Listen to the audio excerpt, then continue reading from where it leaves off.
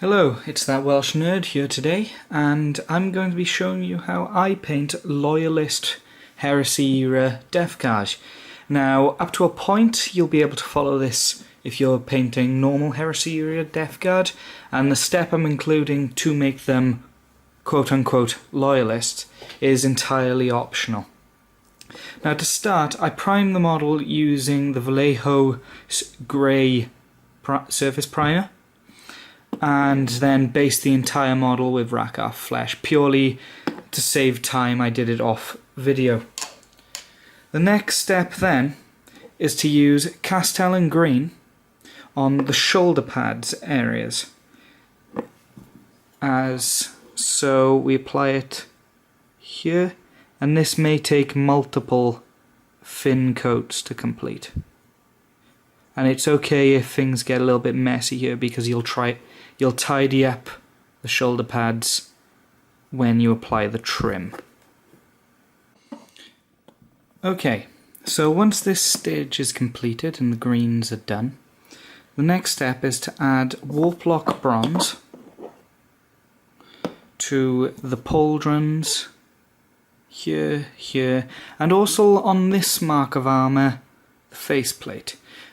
You would do it on any raised area on the faces, so with the standard Space Marine armour, the little grills around the mouth, etc.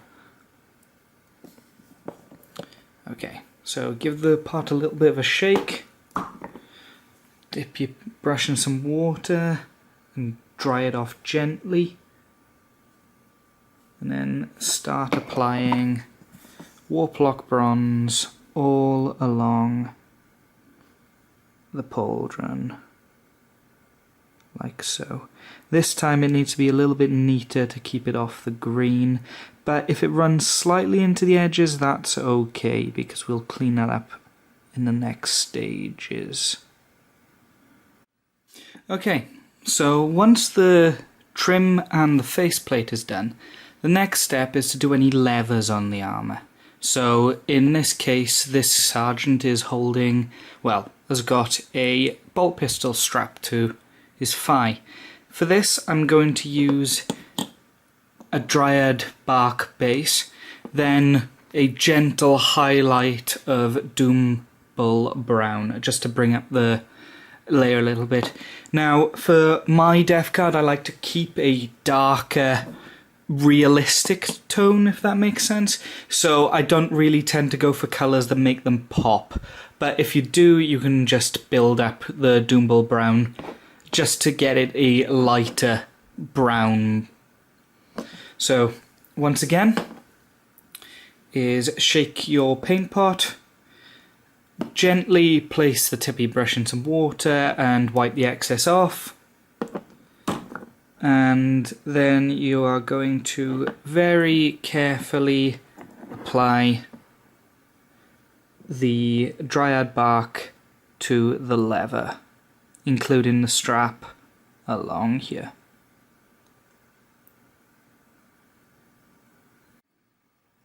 Okay, the lever pouches are now done on the model. So the next step that I'm going to do is an optional one if you're just painting traditional Heresy era Death Guard. But for this one, as you can probably tell from the thumbnail, is I'm actually going to paint the right arm red.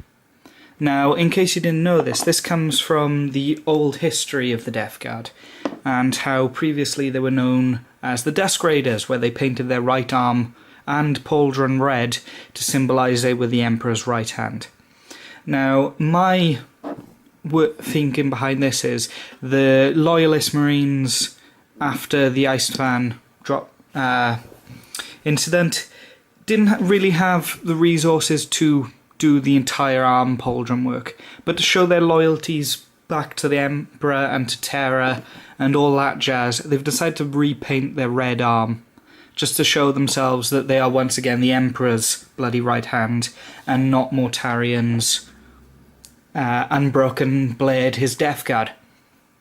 So for this, it's really simple. It's just going to be a Khorne Red base, and that's it. It will take multiple coats to build up the colour, to get it to completely cover the arms, the Rakarth Flesh on the arm. Again though, if you don't want to do this step, it's completely optional and you can skip forward to the next one. So as per usual, give the pot a shake and just get your brush a little bit damp.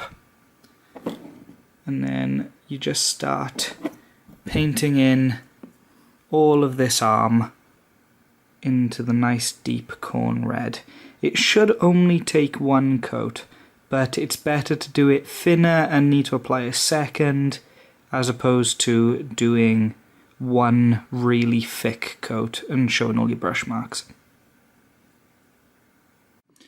Okay, so once the red is done, the next step is to use some Agrax Earthshade on all the pauldron trims, the face mask and the leather pouch, just to mute the colours down a little bit. It takes the shine out of the shoulder but keeps the colour.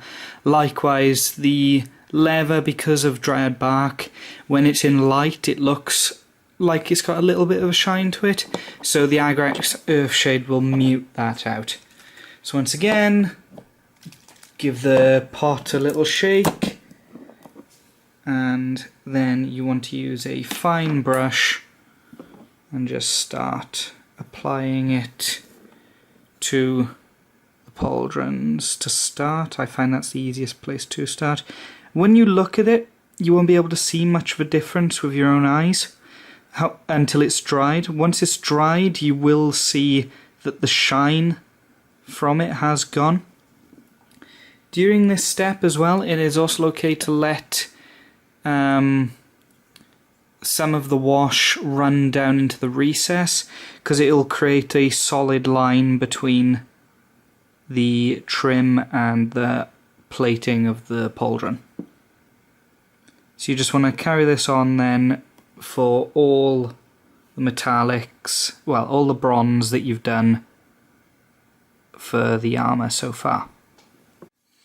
Okay, so now that the trim and the faceplate have been muted down, as you can see they've kept their bronze colour but without the shine, and that's the look I was going for. The next step to do is the longest one and one of the last steps for the actual armour, is to use some Seraphim Sepia and paint into all the resources,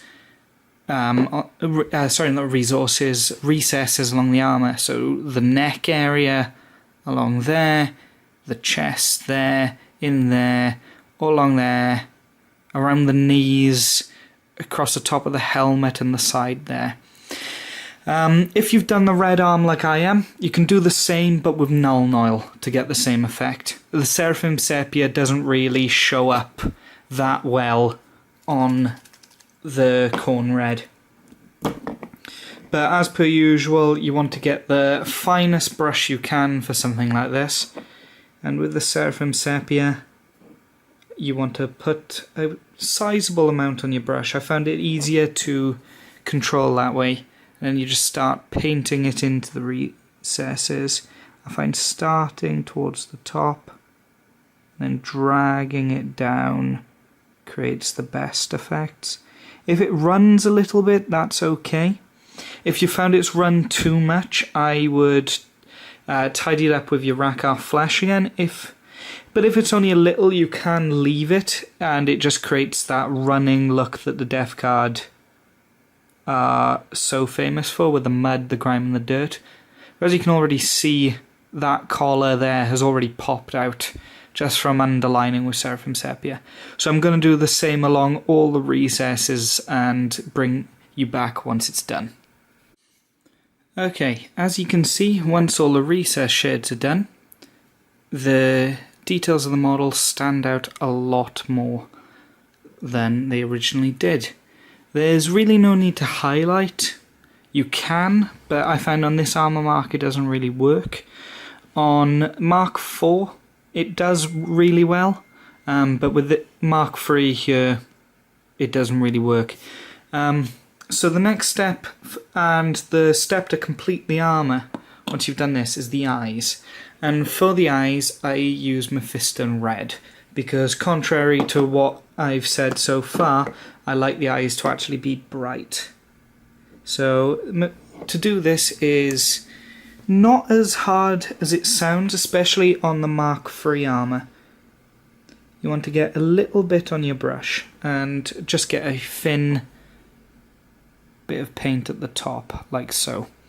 And you want to very, very carefully find the eyes on the helmet and just very slowly fill it in, working from the nose out. Like so. And again on the other side.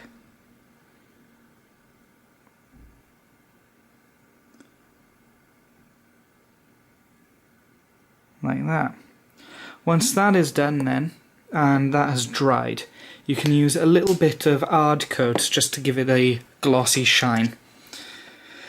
Now this video is just going to be covering the armour, because weapons, etc., that's pretty simple to do, and that is the armour of the Death Guard done. Now personally I find Death Guard don't really look right unless they're all grimy and dirtied up. And not that I want to be that guy, but here's one I made earlier. Now, for this one, I painted the bolter using Abaddon Black and Lead Belcher, and his chainsword on his back using Skaven Blight Dinge, Lead Belcher, and then Abaddon Black again for the handle.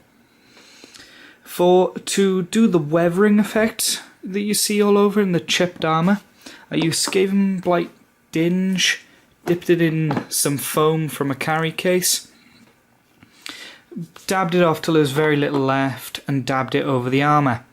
Then, to get the very light chips that you can see, I use some Pallid Witch Flesh.